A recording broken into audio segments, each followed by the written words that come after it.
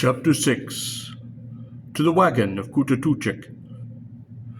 Kamchak stood among the wagons toward the sound, and I followed him closely. Many others too rushed to the sound, and we were jostled by armed warriors, scarred and fierce, by boys with unscarred faces, carrying the pointed sticks used often for goading the wagon bosk, by leather-clad women hurrying from the cooking pots, and by wild half-clothed children, even by enslaved kajir-clad beauties of Tura. Even the girl was there who wore but bells and collar, struggling under her burden, long dried strips of bosk meat, as wide as beams. She too hurrying to see what might be the meaning of the drum and the horn of the shouting Tuchuks. We suddenly emerged into the center of what seemed to be a wide grassy street among the wagons, a wide lane, open and level, an avenue in the city of Hariga, or bosk wagons. The street was lined by throngs of Tuchuks and slaves. Among them too were soothsayers and harspecks, singers and musicians, and here and there small peddlers and merchants of various cities, for such were occasionally permitted by the Tuchuks, who craved their wares, to approach the wagons. Each of these, I was later to learn, wore on his forearm a tiny brand in the form of spreading bosk horns, which guaranteed his passage at certain seasons among the plains of the wagon peoples. The difficulty, of course, is in first obtaining the brand. If in the case of a singer the song is rejected, or in the case of a merchant his merchandise is rejected, he is slain out of hand. This acceptance brand, of course, carries with it a certain stain of ignominy, suggesting that those who approach the wagons do as slaves. Now, I could see down the wide grassy lane, loping toward us, two Kela and riders. A lance was fastened between them, fixed to the stirrups of their saddles. The lance cleared the ground, given the height of the Kaila, by about 5 feet. Between the two animals, stumbling desperately, her throat bound by leather thongs to the lance behind her neck, ran a girl, her wrists tied behind her back.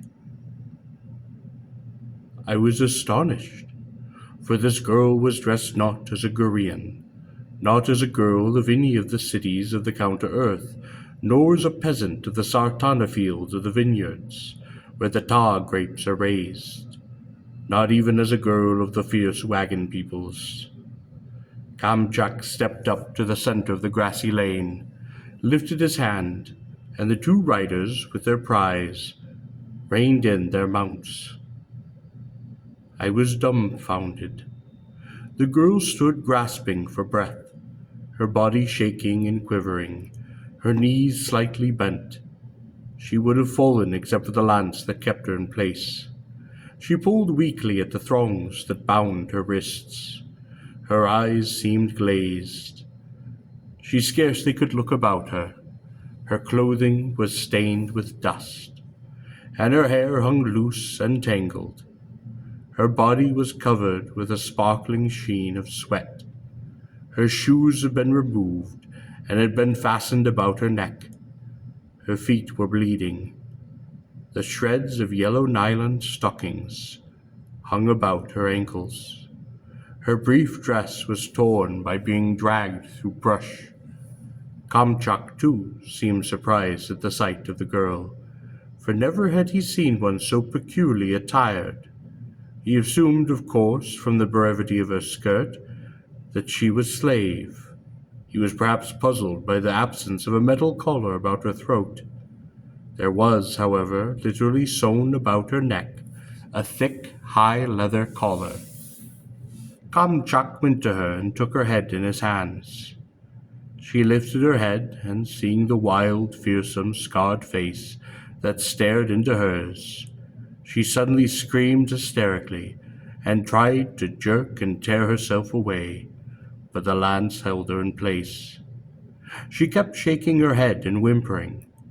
It was clear that she could not believe her eyes, that she understood nothing, that she did not comprehend her surroundings, and that she thought herself mad. I noted that she had dark hair and dark eyes, brown. The thought crossed my mind that this might somewhat lower her price.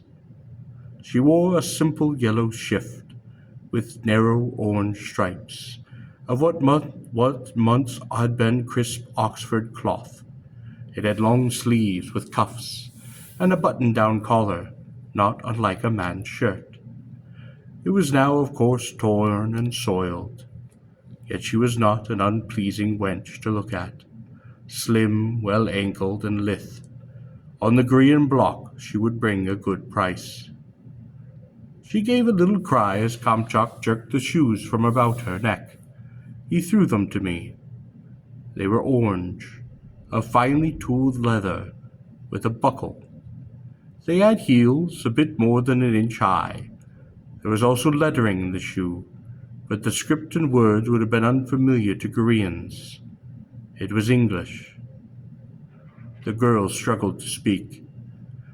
My name is Elizabeth Cardwell, she said. I am an American citizen. My home is in New York City. Kamchak looked in puzzlement at the riders, and they at him. In Korean, one of the riders said, "She is a barbarian. She cannot speak Korean." My role, as I conceived it, was to remain silent. "You are all mad," screamed the girl, pulling at the straps that bound her, struggling in her bounds. "Mad!" The Tuchuks and the others looked at one another, puzzled. I did not speak. I was thunderstruck with a girl, apparently of Earth, who spoke English, should be brought to the Tuchuks at this time, at the time that I was among them, hoping to discover and return to Priest Kings what I supposed to be a golden spheroid, the egg, the last hope of their race. Had the girl been brought to this world by Priest Kings? Was she the recent victim of one of the voyages of acquisition? But I understood them to have been curtailed in the recent subterranean war of the Priest Kings. Had they been resumed? Surely this girl had not been long on Gor, perhaps no more than a few hours. But if the voyages of acquisition had been resumed, why had they been resumed? Or was it actually the case that she had been brought to Gor by Priest Kings? Were there perhaps others? Somehow others? Was this woman sent to the Tuchuks at this time, perhaps released to wander on the plains, inevitably to be picked up by outriders for a purpose? And if so, to what end? For whose purpose or purposes? Or was there somehow some fantastic accident or coincidence involved in the event of her arrival? Somehow I knew the latter was not likely to be of case. Suddenly the girl threw back her head and cried out hysterically, "I am mad! I've gone mad! I've gone mad!" I could stand it no longer. She was too piteous. Against my better judgment, I spoke to her. "No," I said, "you are sane." The girl's eyes looked at me. She scarcely believed the words she had heard. The Tuchuks and others, as one, faced me. I turned to Kamchak. Speaking in Korean, I said to him, "I can understand her." One of the riders pointed to me, crying out to the crowd excitedly, "He speaks her tongue!" A ripple of pleasure coursed through the throng. It then occurred to me that it might have been for just this purpose that she had been sent to the Tuchuks, to single out the one man from among all the thousands within the wagons who could understand and speak with her, thus identifying and marking him. "Excellent," said Kamchok, grinning at me. Please, cried the girl to me. Help me. Kamchak looked at me. Tell her to be silent. I did so, and the girl looked at me dumbfounded, but remained silent. I discovered that I was now an interpreter. Kamchak was now curiously fingering her yellow garment. Then, swiftly, he tore it from her. She cried out. Be silent, I said to her. I knew what must now pass, and it was what would have passed in any city, or any road or trail or path upon Gor. She was a captive female, and must naturally submit to her assessment as prize. She must also be incidentally examined for weapons, a dagger, a poisoned needle, its soul often concealed in the clothing of the free women. There were interested murmurs from the crowd when to the Koreans' thinking the unusual garments underlying her yellow shift were revealed. Please, she wept, turning to me. Be silent, I cautioned her. Kamchak then calmly removed her remaining garments, even the shreds of the nylon stockings that had hung about her ankles. There was a murmur of approval from the crowd. Even some of the enslaved Turian beauties, in spite of themselves, cried out in admiration. Elizabeth Cardwell, I decided, would indeed bring a high price. She stood held in place by the lance, her throat bound to it with the wood behind her neck, her wrists thronged behind her back.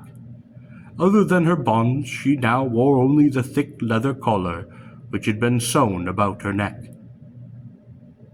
Kamchak picked up the clothing which lay near her upon the grass. He also took the shoes. He wadded it all up together in a soiled bundle and threw it to a nearby woman. Bennett, he said.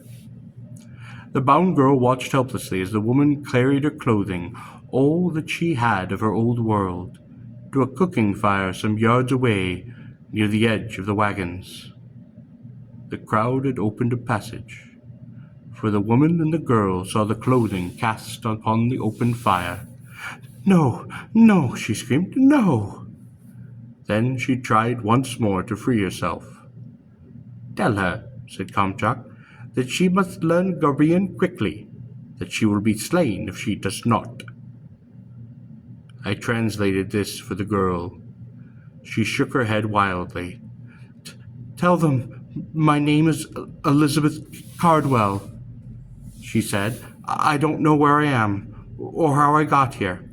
I want to get back to America. I'm an American citizen.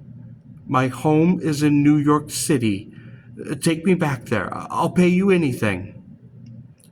Tell her, repeated Kamchak, that she must learn Korean quickly, and that if she does not, she will be slain.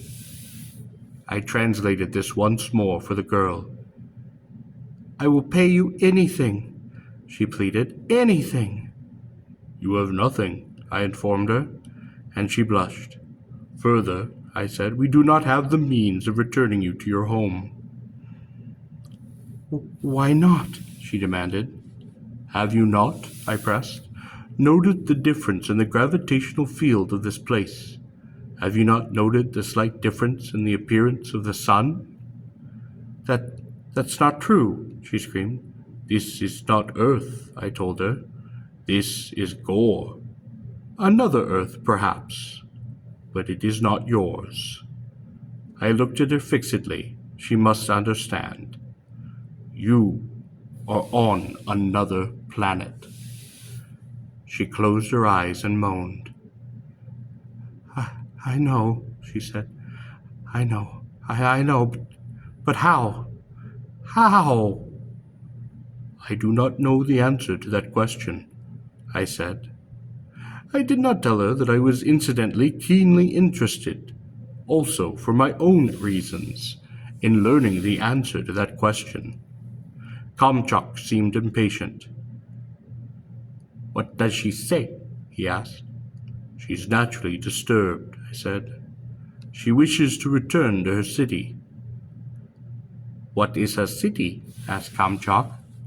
She calls it New York, I said. I have never heard of it, said Kamchak. It is very far away.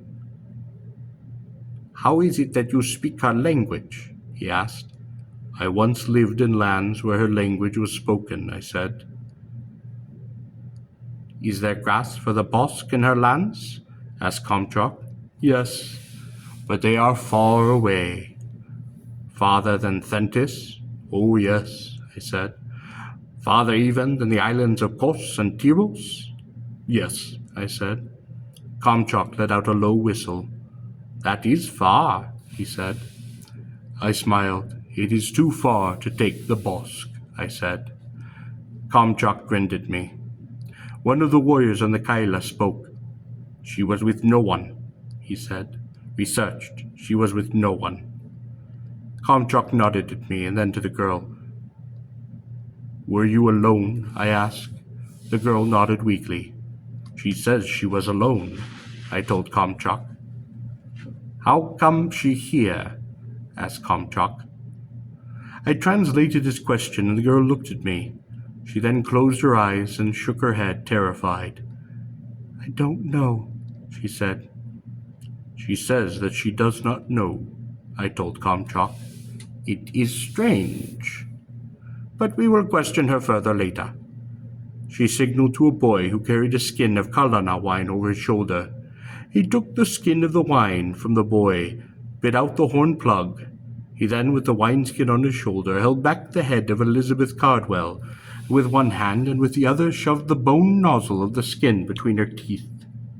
He tipped the skin, and the girl, half choking, swallowed the wine. Some of the red fluid ran from her mouth and over her body. When Kamchak thought that she had drunk enough, he pulled the nozzle from her mouth, pushed back the plug, and returned the skin to the boy. Dazed, exhausted, covered with sweat and dust, upon her face, her legs, and wine across her body, Elizabeth Cardwell, her wrists thronged behind her and her throat bound to a lance, stood captive before Kamchak of the Tuchuks. He must be merciful. He must be kind. She must learn Garian, said Kamchak to me. Teach her La Kara. You must learn Gorian, I told the girl. She tried to protest, but I would not permit it. Say La Kara, I told her. She looked at me, helplessly.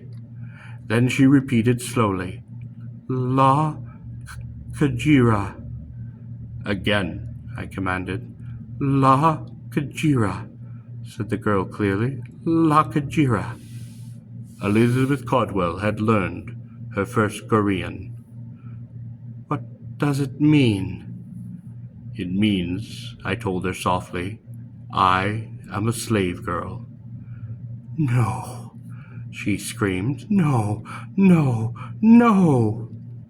Kamchak nodded to the two riders mounted on the Kaila. Take her to the Wagon of Kutaituchik. The two riders turned the Kaila, and in a moment, moving rapidly, the girl between them had turned from the grassy lane and disappeared between the wagons.